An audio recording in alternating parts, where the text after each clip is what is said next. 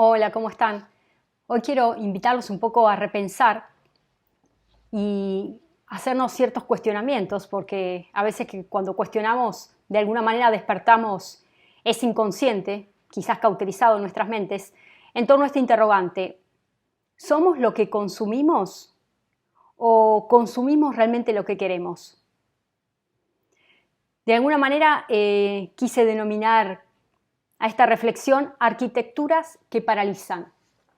Cuando hablamos de arquitecturas, quizás podemos pensar en diseños, podemos pensar en grandes estructuras, que uno enseguida, claro, lo asocia a un diseño ligado a estructuras arquitectónicas, ligados a la construcción, pero hay otro tipo de arquitecturas que son invisibles, que operan finamente en los tejidos de nuestro inconsciente, en nuestra manera de pensar, que atraviesan nuestra visión, nuestros sistemas de pensamiento y están ligados, por supuesto, a la microfísica del poder.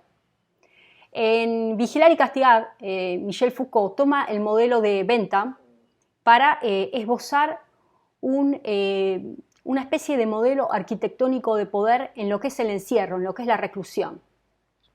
Plantea una especie de torre ubicada en el centro, y alrededor de esa torre hay una circunvalación donde cada una de las celdas en la que se encuentran los recluidos están dispuestas de manera tal que cada uno de los presos no puede ver a su compañero de celda, sino que la visión está enfocada hacia el vigilante. Ese vigilante está en la torre y está en el centro de este círculo, de manera tal que ejerce un control absoluto por la disposición circular de esta torre, que le permite tener una visibilidad de 360 grados para poder tener el control sobre cada uno de los detenidos.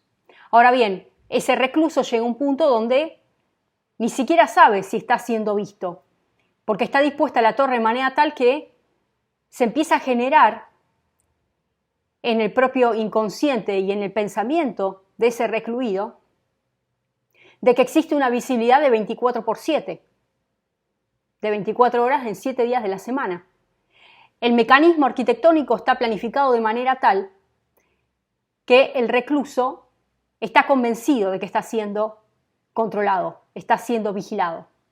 Lo cierto es que este dispositivo de poder se diseña a partir de esta creación mental que permite el ejercicio del poder sin la instancia de la presencia física del vigilante.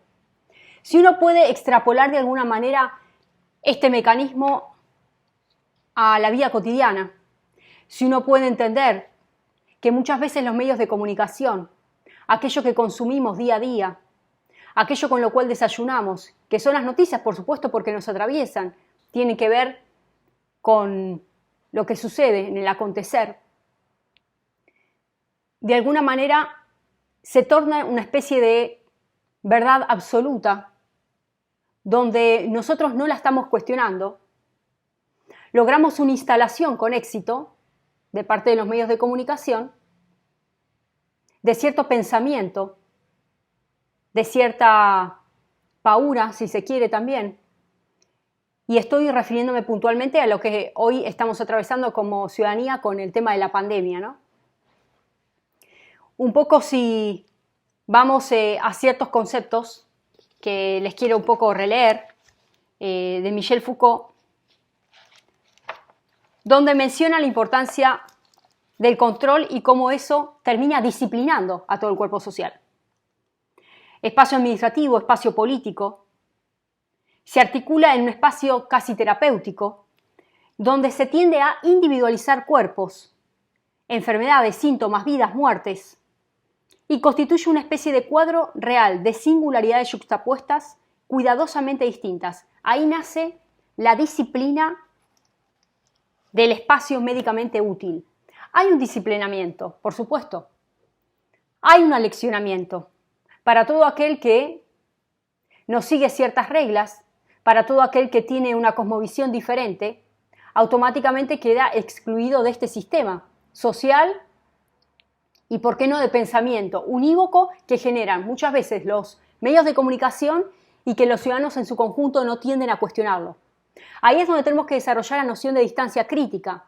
La distancia crítica tiene que ver con ese espacio de cuestionamiento que cada uno de nosotros, como consumidores de noticias, lejos de ser seres pasivos, tenemos que comenzar a indagar, a profundizar, a cuestionar, a colocar, por supuesto, en tela de juicio categorías que se nos presentan como verdades absolutas y reveladas. Ahí, cuando nace ese cuestionamiento, Antonio Gramsci va a hablar de la contrahegemonía. Y la contrahegemonía está ligada justamente a ese despertar, ¿no? Él habla del tema cultural, ideológico, pero yo quiero agregar también un despertar espiritual. ¿Se puede vivir con temor? ¿Se puede vivir paralizado? ¿Se puede vivir a la espera de que termine una cuarentena, que se reactive una actividad, que se reactive y se normalice cierta situación de parálisis social? ¿O el clic lo tenemos que dar internamente cada uno de nosotros? ¿Qué rol ocupamos? Por eso arrancamos este espacio diciendo arquitecturas que paralizan. ¿Somos lo que consumimos o consumimos lo que realmente queremos? Ahí está la clasificación. ¿Y cómo clasificamos información? ¿Cómo se realiza esa disquisición? Si nuestra mirada está permeada, nuestra mirada está velada.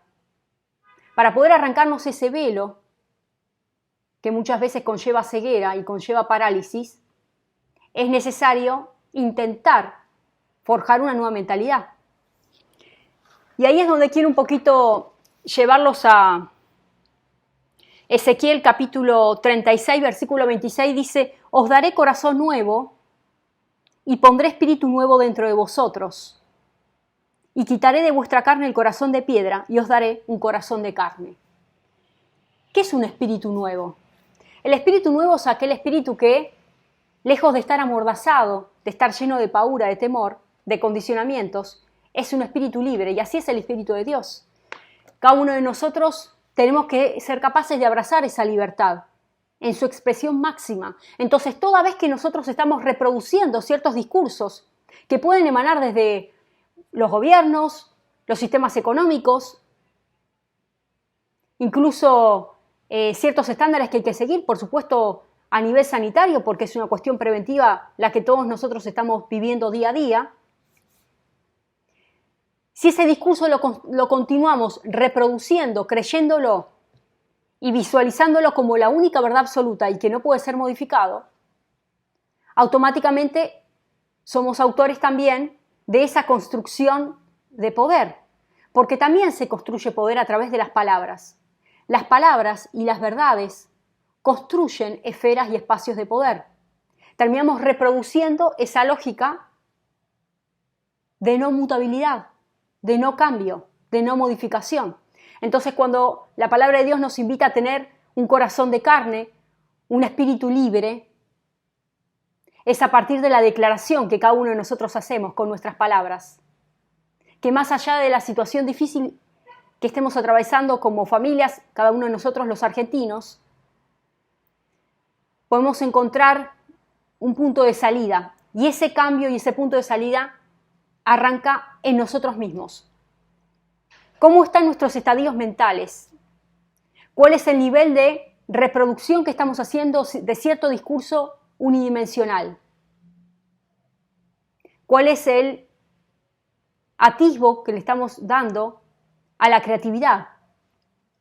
A forjar cuestionamientos para construir nuevos escenarios.